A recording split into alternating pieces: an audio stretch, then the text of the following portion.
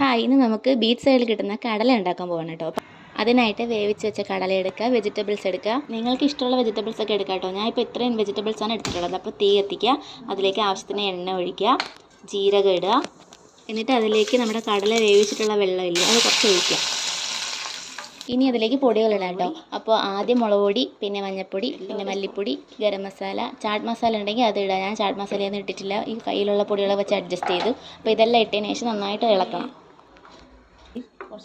ഇനി ഇത് അത്യാവശ്യം വറ്റി വരുമ്പോഴത്തേക്ക് അതിലേക്ക് നമുക്ക് കടല ആഡ് ചെയ്യാം. ആഡ് ചെയ്തതിന് ശേഷം നമ്മൾ നന്നായിട്ട് ഡ്രൈ ആക്കണം കേട്ടോ. ആ പേസ്റ്റെല്ലാം, ആ അരപ്പെല്ലാം അതിനകത്ത് പിടിക്കണം. ഇപ്പോൾ അത്യാവശ്യം നന്നായിട്ട് ഡ്രൈ ആയിട്ടുണ്ട്. ഇനി അത് നമുക്ക് സർവിംഗ് ബോളിലോട്ട് മാറ്റാം. ഇനി അതിലേക്ക് നമ്മൾ എടുത്ത് വെച്ചേക്കുന്ന വെജിറ്റബിൾസ് എല്ലാം ആഡ് ചെയ്യണം. വെജിറ്റബിൾസ് എല്ലാം ആഡ് ചെയ്തതിന് ശേഷം നമുക്ക് നന്നായിട്ട് മിക്സ് ചെയ്യണം.